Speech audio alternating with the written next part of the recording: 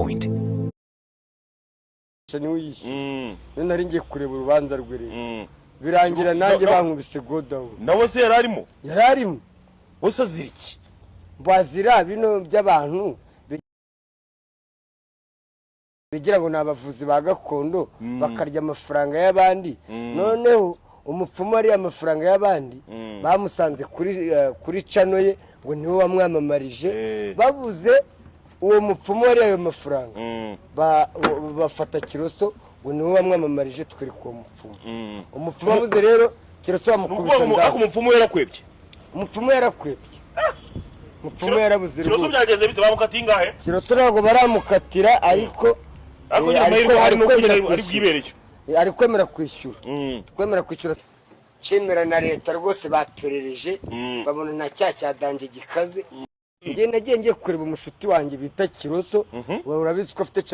chano bita Sawa TV show ni umuntu wanjye n'inzu mbamo niwe uyikodesha niwe uyishyura nari ngiye kureba urubanza rwe rero birangira nanjye bankubise godawu nawe se yararimo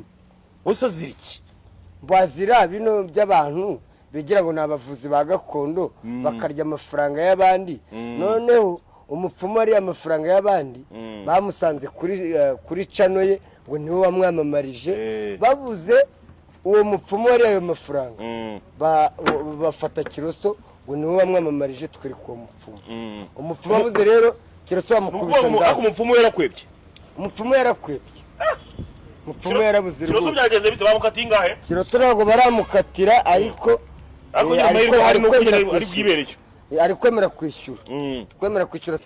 cemera na leta rwose baperereje babona nta cyaha cyadange gikaze nagiye ngiye kureba umushuti wanjye bita Kiroso urabizi ko afite chano bita Sawa TV show ni umuntu wanjye n'inzu mbamo niwe uyikodesha niwe uyishyura nari ngiye kureba urubanza rwe rero birangira nanjye bankubise godawu nawe se yararimo bose azira iki bazira bino by'abantu bigira ngo nabavuzi ba gakondo bakarya amafaranga y'abandi noneho umupfumu ari amafaranga y'abandi bamusanze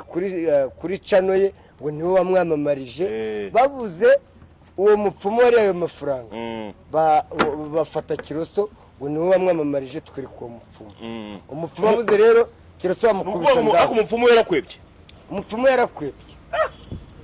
yarabuze Kiroso byageze bite bamukatiye ingahe Kiroso ntabwo baramukatira ariko